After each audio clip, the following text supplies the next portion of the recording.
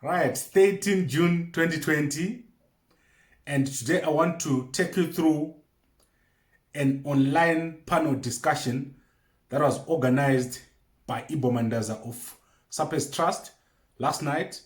Very, very interesting discussion on the National Transition Authority. So there were very, very important discussions, but unfortunately, some key people did not attend. For example, people like Jonathan Moyo, Tendai Biti, Victor Matema Danda, Nkosana Moyo. These people were expected. Simba Makoni, they did not show up. So I guess they did not show up because there were so many people in the discussion, and I think the organizers could have done better.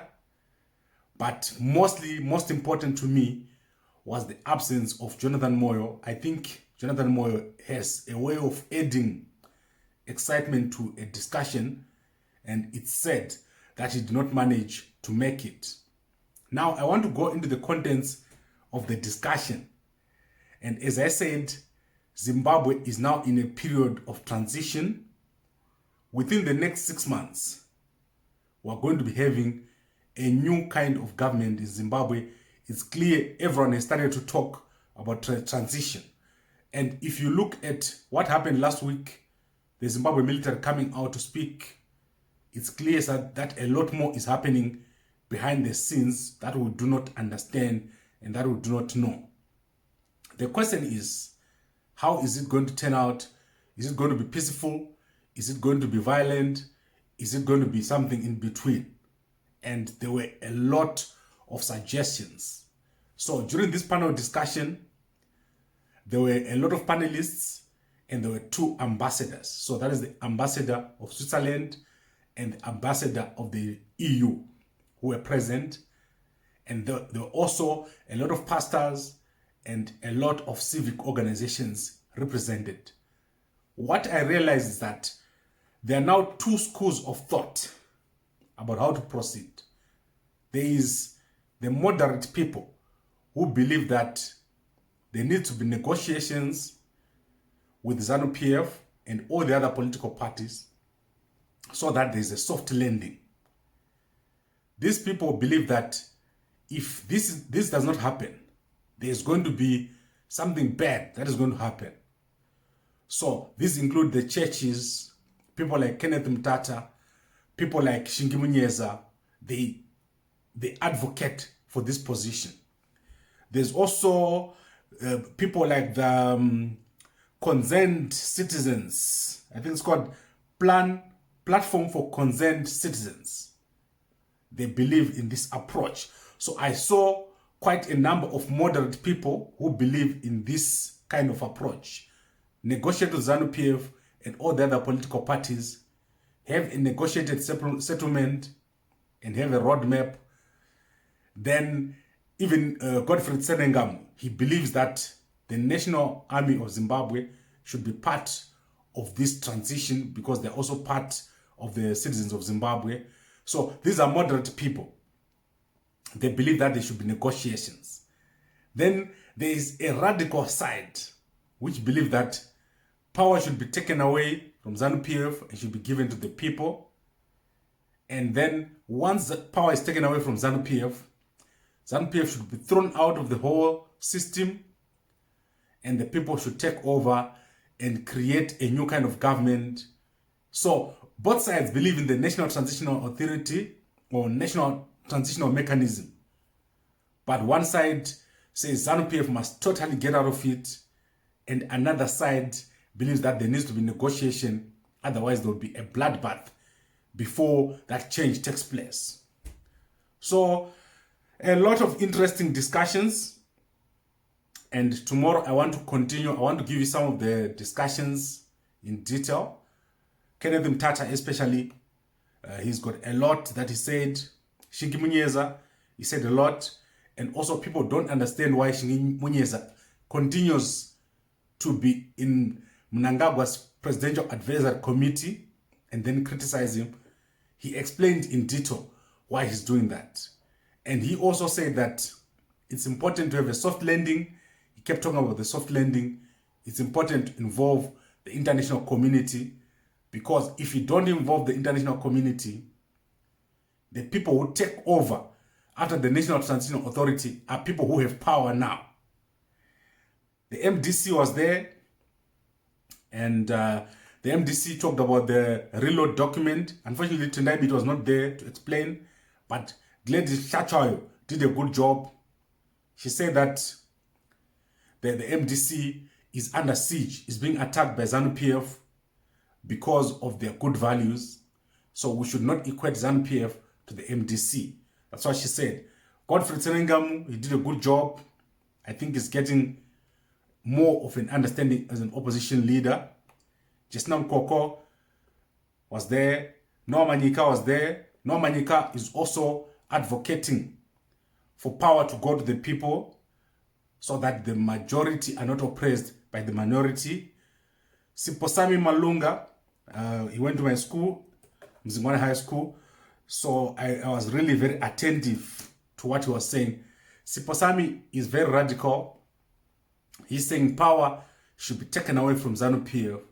You cannot allow ZANU-PF to keep the power because you first of all have to strip them of their power before you can have an NTA. That is essential to him as far as he's concerned, because ZANU-PF has insulated itself with the military, the party, the judiciary. So you first of all need to strip them of all these protections. They need to go. Then the NTA should come after people take control of their power from the elite, and this should not be restricted to MDC and ZANU-PF. There was Professor Brian Raftopoulos, and then he's saying the drivers of change need to be the international pressure on the government that won't budge. So pressure should be coming from the international community. The Swiss ambassador, Nick Jagger, was there. He said it is important to be flexible in the different approaches. That's what I picked from him. The EU ambassador, Tim O'Kennan, he says there are several dimensions to international relationships. So he's saying you cannot separate the economic from the political, but the EU has a dialogue with ZANU-PF currently. Then there's people who think there should be an exit package for ZANU-PF, people like John Yohane, and then someone called Pearl Metibe. She said sanctions should not be lifted. And then Naomi Chitambira, she said the present government should not get a golden handshake because they failed. And the NTA must not be politicized. There should not be any politicians in the NTA. So there are a lot of people here. Eleanor Sisulu, she said the previous GNU had a lot of accommodation between politicians, and therefore human rights abuses are continuing because the MDC failed to deal with the human rights issues and the electoral issues when they're in office. Right, I think I've covered most of the issues here. What I can say is there is an active kind of process going on in Zimbabwe where different people are trying to think how we can move forward, and everyone is thinking that there must be a transitional arrangement that is agreed. Now let me conclude. Key from the discussions that were held yesterday was that the conditions are not yet there for an NTA. ZANU-PF does not feel the pressure, so it's impossible at the moment to think of an NTA coming about. You can't just go to ZANU-PF and say, please step down. So the question is, how do you bring about the conditions for an NTA? Most Zimbabweans are concerned about who is going to be in the NTA, what is going to look like, the structure. So also, what will be the role of the army going forward? And another important thing is that politicians will not agree to step aside and leave civilians to run an NTA. You saw what happened when Chamisa tried to ban MPs from going to parliament. They just rebelled. Then there's also the importance of the international community in the future of Zimbabwe, in the NTA. And then the key point which I picked up here is that because of polarization, many people feel that the future is one which is either MDC or ZANU-PF. So a winner-take-all kind of setup. And this was something that I think was covered by many of the guests, that is not what it's going to look like. In future, there's going to be both MDC and ZANU-PF. So there's going to be accommodation. And the reality is that this future is a future of coexistence and need to be midwifed. And I want to end with the question of what is the role of G40 in this whole setup? How strong is G40 within ZANU-PF and outside ZANU-PF? Are they able to say whatever is agreed, we don't want it, we want our own setup? So people like Jonathan Moyo, they are very, very strong. What is their future in Zimbabwe? So very clear, everyone is agreed that there's going to be an NTA in Zimbabwe. We're in a transitional period. No one knows how long Mnangagwa's government is going to be able to last, because right now they are lasting on the coronavirus funds. That's what people like Shingibinyeza are saying. What happens when those funds run out? What is our future going to look like within the next 6 months? Very, very interesting discussion by Ibbo Mandaza of the SAPES Trust and all the people that were there. I also forgot to mention that the Chinese ambassador was invited, but he did not come. So this is it. This is the summary of this discussion. You can look at the discussion at the SAPES Trust website. Just search for Ibbo Mandaza. You'll find the discussion. There is 2 hours.